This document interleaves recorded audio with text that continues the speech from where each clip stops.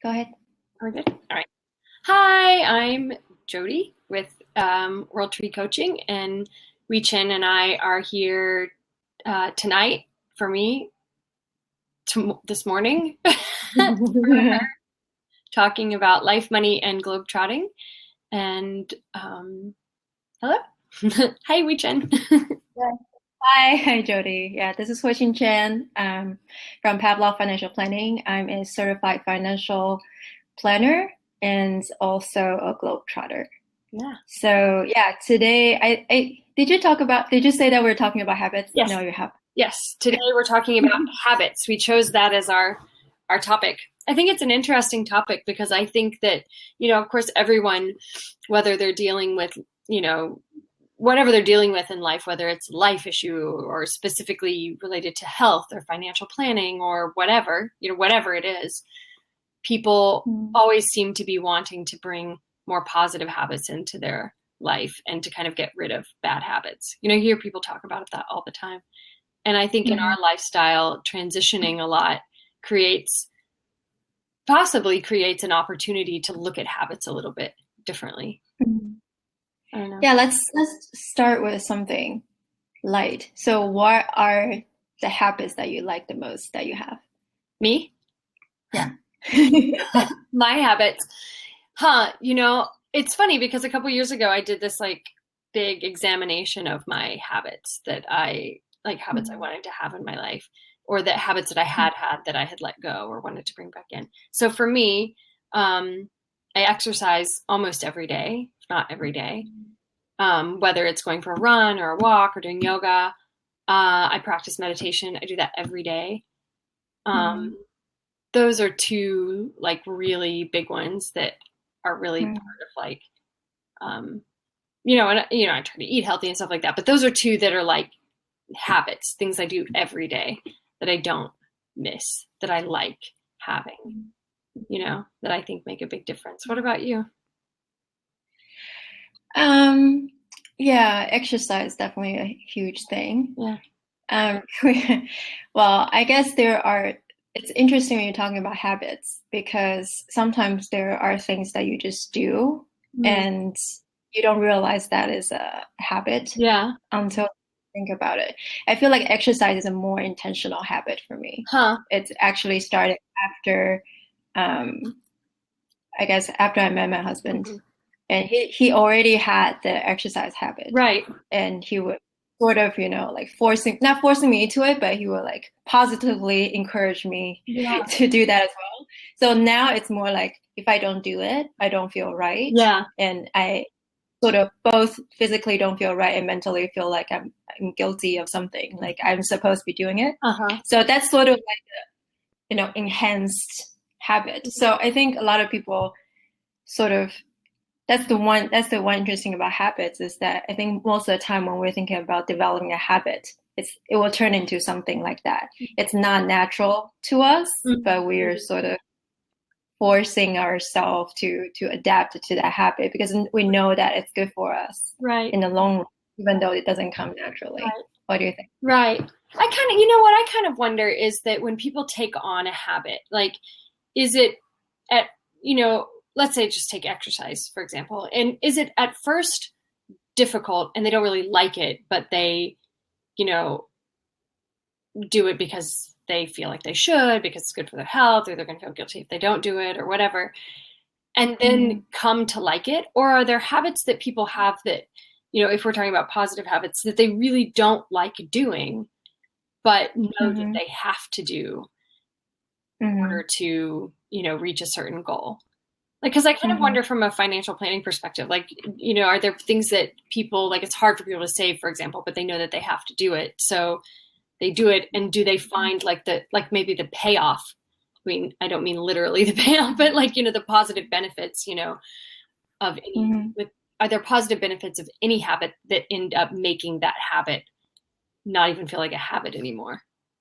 Does that make sense? Yeah, I guess there are many things. I think for each person, that habit would be different depending on what your natural state is. Right. Some people, they're just naturally frugal and naturally want to save and don't want to spend money, right? So maybe for them the habit is they might want to develop a habit of actually not overthink Mm.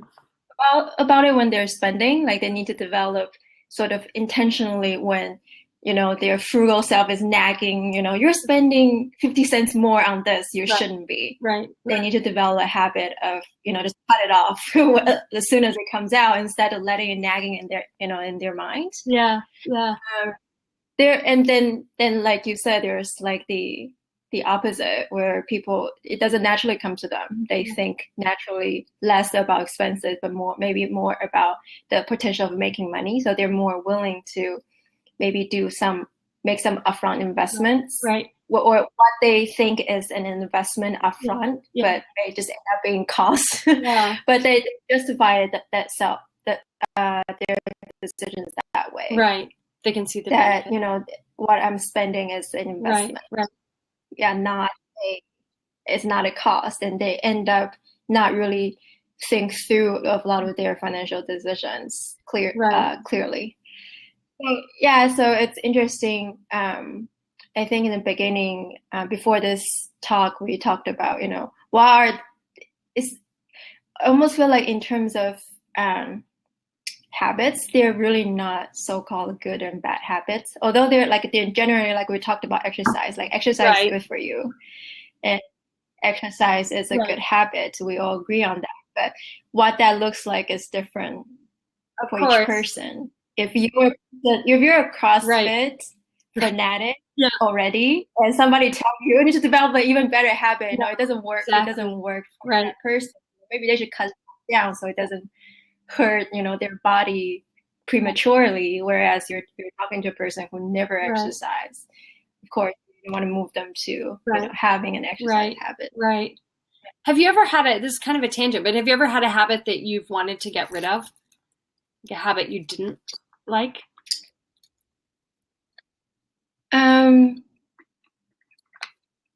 Yeah, I think I have the habit of sort of similar to what I talked about earlier. It's like I overthink sometimes about the decisions. And for me, almost like I'm trying to develop a new habit to sort of overwrite that original sort of overthinking my decision and not having a good sort of like inner looking, sort of like going through all the options that I have to make a decision. Instead of doing that, sort of, looking at a broader perspective, a long-term perspective, exactly what I'm trying to accomplish, and just focus on the big picture and not trying to, put myself in that cocoon and try to, like the thing we talked about last time, like spending 10 minutes deciding what I want for dinner. Right. It's like, I don't have to, like just take a step back, what do I have in the fridge, just, take it out and make it, instead of thinking through all the options. So how do you make that shift? Like, how do you make a shift from, a habit that, like shifting from a habit that's not working for you anymore to a habit that might work better? Mm-hmm. Yeah, it's interesting you say that, because if you just Google like how to create a habit on the internet, you will find like 7 things you need to do to create a habit. Like you will find all the tips that you can find, but I think the main similarity that all of those things tell you is that first you need to be aware, and obviously I'm aware, and not immediately, actually. If I'm just by myself, I may not think about it. But when you have, your family, waiting on you for 10 minutes, deciding what you want for dinner, they're going to tell you that this is not a good habit that you have. So, so you are more aware when people tell you, and when you, think about what sort of like hindrance in your life. And then creating a strategy, or like I said, like creating a new habit. It's not like trying to get rid of the bad habit. It's more like you need to create a new habit to replace what you were doing. Right. And after that, it's really just repetition. Practice. I actually remember reading, I don't know where I read this or I heard this or something. I think I'm going to forever ago, like in high school or something, that in order for something to become a habit, you have to keep it up for 14 days. And that, and wherever I read this made it sound like it was a miracle. Like after 14 days, like, yeah, you would just become part of you. Right. But I do wonder about it because like maybe this is kind of random, but my entire life and maybe this is different, but I've been thinking about it in the context of habits. So my entire life, I've bit my fingernails. Like my whole life, I never remember not doing it. And back in November, for some totally random reason, I just was like, I'm going to stop biting my nails. Like, it's like maybe I didn't bite them for a day and I like noticed, or maybe I didn't bite them for like 2 days and I noticed, and I was like, I'm not going to bite my fingernails anymore. So, I'm almost 40. It's like a lifetime of biting my fingernails. And so I stopped. And so like a habit that was a habit I didn't even pay attention to, I just, for whatever reason, and it makes I'm really curious about like, what is, and I don't know, obviously there's probably science. I mean, there's people whose like job it is to like research all of this, but what is it that makes sometimes a habit seem so easy and sometimes a habit, whether you're trying to develop a new habit or like get rid of a habit that's not a good habit, like what is it that prompts you in that moment to make that shift? And so I don't know, it's just curious. I wonder about that. So if you have a client that comes to you with, with that question, why would you if you don't really know, the science behind it, but as a coach, what can you do to help them? So develop strategy. Right. Obviously, without having the specific client and knowing their specific scenario, it's a little bit speculative, but, I think about like one of the things that I'm always having clients do is like simply pay attention to what their experience is. So, and that comes from being able to pay attention to what you're thinking, what you're feeling. And it requires, I think, to a certain level of, kind of non-judgment, like almost putting yourself a little bit outside of the situation. So I think a lot of times when let's say we have, someone has a negative habit of like, picking on their, I don't know, like kind of sniping at their spouse. Like, let's just take that and just pulling something out of the air. And they want to develop a better awareness so that they don't do that anymore.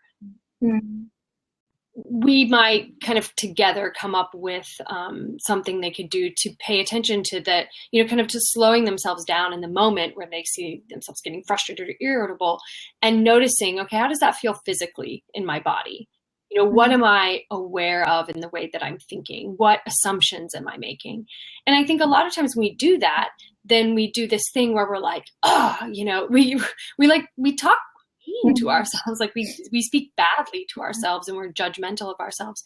But I think if you can observe, the way you're thinking and the way you're feeling, and you can in that moment be non-judgmental about it, like, hey, this is what's going on with you, almost like being like a researcher in your head, just an observer in a lab. I think sometimes you can get a little bit of distance and that you might be able to see where the opportunity to shift that habit is. Does that make sense? No, I think you brought a really good point of, just dig deeper into the awareness part. It's not just aware of what that habit is, but also just take a step back to being non-judgmental. I think sometimes we ask why, but we more ask, why am I really bad at this? Why am I doing this bad things that, I shouldn't be doing? And then you end up really beating yourself up and not really trying to look at it in sort of more objectively like a researcher, outside of your head. If there's this researcher looking at me and knowing exactly what I'm thinking and feeling, what would that person say about why I'm developing this behavior and what I could do to change it and develop a new behavior to replace it. Yeah. And I really think there's something about the whole kind of international experience that ties into that, because if you have a habit, like let's say, you have a habit of, oh, well, here's a good example. Like I have a habit, Japan is not a good place for this, but like, just stopping at Starbucks to get a coffee. It costs like so much money. But if I'm in the States, like several times a week, like just stop and get a coffee, which I do in Japan too, because there's a Starbucks right by my house. But when I've lived in places where there isn't Starbucks, or there isn't there aren't any cafes where you just stop and get a coffee to go or whatever, that the inability to do that breaks the habit. And that's all very practical, right? There isn't the place, so you don't do it. That's it. But I think it works the same way. And if you have a habit, any habit, like you're outside of your element and suddenly you see that habit kind of in a different way. And it could, it's a different culture, it's a different language, it's a different house, it's a different, but seeing things differently I think can shed light on that, Yeah, and like the coffee thing's a good example. Like, I think it's also it's having this international transitions that put you into different places that sort of really challenge your perception of what is a must-have and what is a good to have. And I feel like a lot of times we have the habit that sort of hinges on our idea of, I must have this, or because it's always there, if it's gone, that would be pretty bad. But when you actually experience sort of forced to not have it and realize that, oh, it's really not that bad, I don't really need it. So you sort of maybe develop something else, in a different culture. Maybe for Americans, it's like, the Target effect, right? Like Target is the store, right? Does not exist outside the United States. So, but think about how I don't know if you do, but like it's really common to just like go into Target, you're going to get toilet paper and you end up with like some other random things like a shirt and, a new picture frame and a box of crackers, right? And you just went to get toilet paper. But you're outside the US and it doesn't exist. So, in some ways, I think people miss that, but then it also kind of jars, and I think like, for example, from a financial perspective, you realize like how much money you were probably spending there that you didn't need to spend. And now you're somewhere else where you don't have it. You have no choice but to stop doing it. Yeah. And that ties back to what we're talking about, the awareness. That's really, being overseas sort of heighten your awareness of who you are and what's the most core of your identity and what's important to you and what's not. Yeah. For me, that thing is Asian cooking. Yeah. So that's just one thing I can't live without at this point. So if you're talking, I guess the good thing is that at least now, I think you probably find soy sauce anywhere in the world. But that's just like a basic ingredient. But the idea of being in a place where I cannot get any grocery at all to make, even try to make Chinese food or just Asian food on my own, it's very scary. And maybe we'll end up being at that place at some point. We'll see if that happens. But it's interesting, if we're forced into that situation, then you are forced to develop a new habit to counteract that. Yeah, and go ahead. I'm going to hold my question. What was your question? No, go ahead. Talking. No, I was going to sort of shift gear to talk about the repetition part. This is like the real feel of developing a habit. I guess this is not really necessarily related to habit, but in order for you to be actually good at something or something that feels more natural, you really need to practice, especially on the things that you originally not very good at. And I just saw this again on the other day, and like how like Stephen Curry making crazy shots and things like that, and like in sports especially for where people they're not always what makes the difference between a good player and an excellent player is that excellent player actually work on the things they're not good at. Because naturally we have a tendency to work on the things that we're good at. Right. And we're still spending time to practice. Yeah. But it's not real practice because you keep honing at the things you're already good at and you just neglect the things you're not good at. Yeah. I think in the habits context is exactly like that. Like we talked about how there are habits that are not natural to you and you need to actually develop it. Right. And that's exactly, the same scenario where you actually have to, practice and keep trying, even though you still forget to do it. It's not a habit yet. Right. And I think there's some sort of like hump that people get over where, at first something is difficult, and then even if it's difficult, like actually, so there's this research into the concept of flow. I don't know if you've ever heard this, but like when people, so if someone is taking on an activity and it is really difficult, it's like this correlation, I'm going to probably get it a little bit wrong, but there's this correlation between difficulty and enjoyment. So if something is really difficult, if the difficulty level is high and enjoyment is low, then people get frustrated and they quit. And if difficulty level is low and even if enjoyment is somewhat high, they're probably going to get bored with it and quit. But the perfect balance between, and it's not, I'm totally getting it wrong. It's not just, it's difficulty and skill. So if something is really hard and you don't have the skills to do it, then you just get frustrated. But if something is hard, even if it's really hard and you have the skills to do it, you'll probably get bored. But flow is the perfect balance between skill and ability. And I think that's an interesting thing to think about in habits, because at some point that skill, the kind of skill combined with ability and habits, like eventually they get closer together, right? The more you practice something, the better you're going to get at it. So even if you don't become, I don't know, I played basketball for 9 years growing up, but I was never even close to being the best person on the team, right? But you do it long enough that you develop like the place that's the right place for you so that it becomes enjoyable, even if it's still challenging, Maybe that's true with habits. Like you reach the flow, you reach the perfect place with it. Yeah, and once you're at that point, you move on to the next next thing, I guess, that you still need to work on. I think that's sort of what makes, I guess, it's sort of like in the sports context, that's what makes players grow over time. Yeah. And in the life context, that's the same thing, because you don't want to feel like, okay, I'm really good at this now, I'm great. Yeah. Then you stop growing.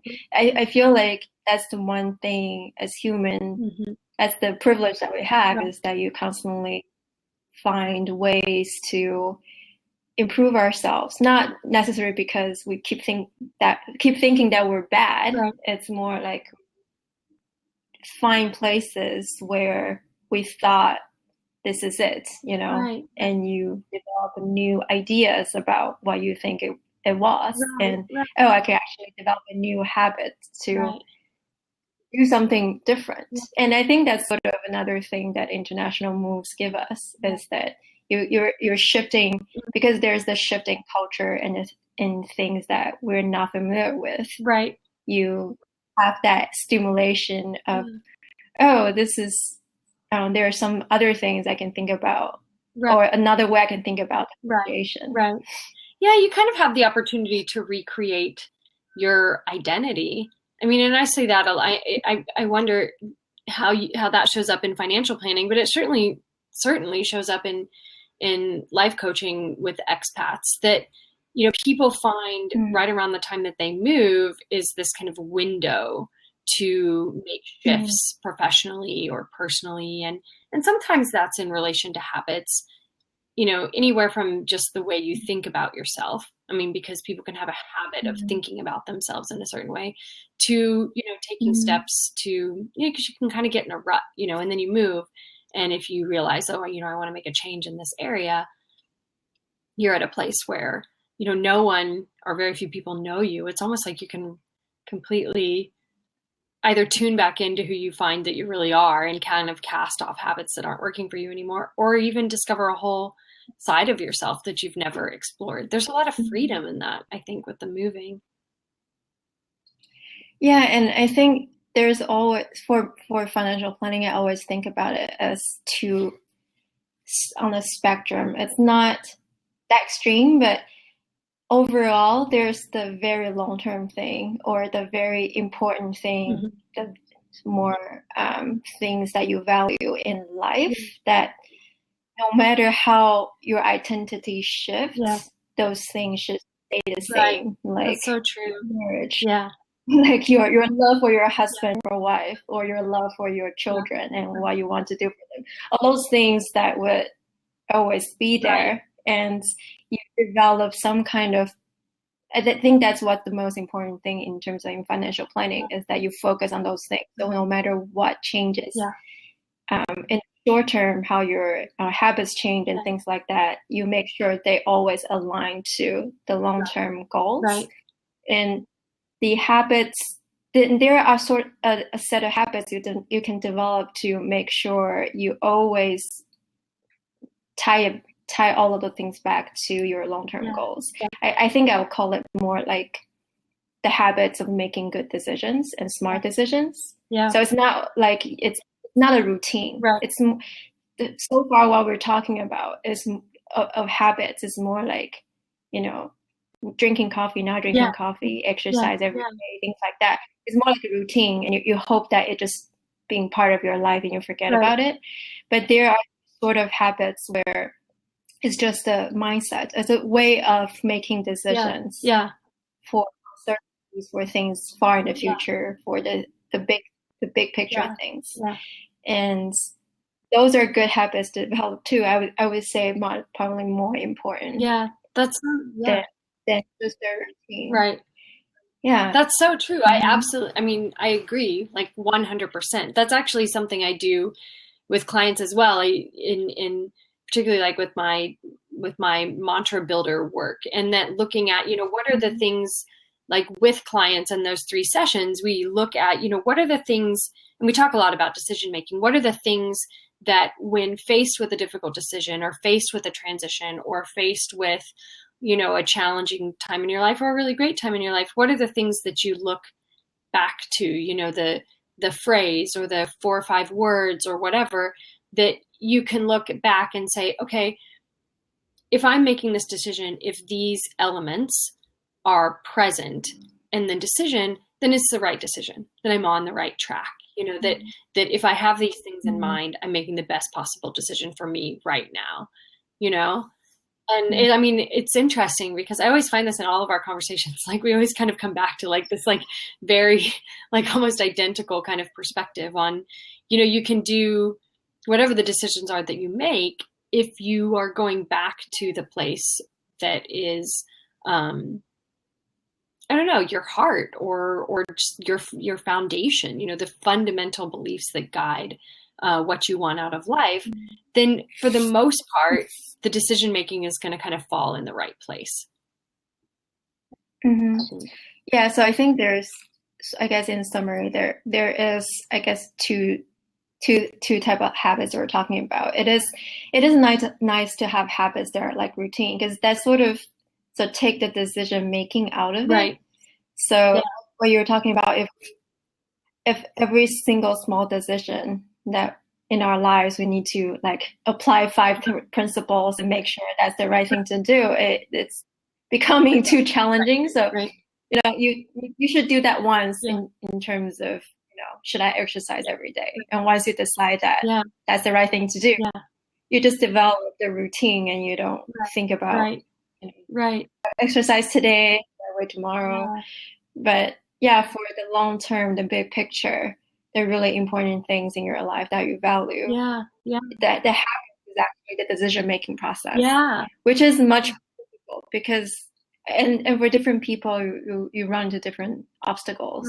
For people who are, I guess, more emotionally driven, it's more likely need to develop a sort of process that's outside of their emotion. But for people who are just very I guess, very objective and sort of like devoid of emotion, always look at things very square. Maybe sometimes they need to incorporate some emotions into their decision-making process so they can have more empathy towards everybody else who's involved in that decision. And those come back to what we were saying before, which is just awareness, developing an awareness around, like you said, your day-to-day habits, but cultivating and maintaining a deeper awareness of the place from which you operate, which are kind of these unseen habits and unseen kind of guiding principles for the decisions that you make. It's a completely different type of habit. It's probably the type of habit, like you said, we never pay attention to that. Very few people, like,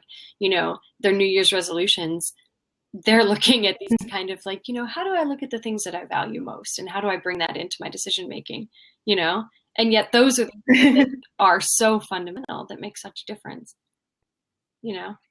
And are really portable. Yeah. Well, I think that's a good conclusion of our talk today. What a great conversation. Yeah. I so enjoyed. Well, thank you so much for your time today, Jodi. You as well. And we'll talk again soon. Yeah, we'll talk again soon. Again, we don't have a topic yet for next time, but we will come up with something soon and advertise it. Sounds good. All right. So thank you for tuning in. Bye. Bye.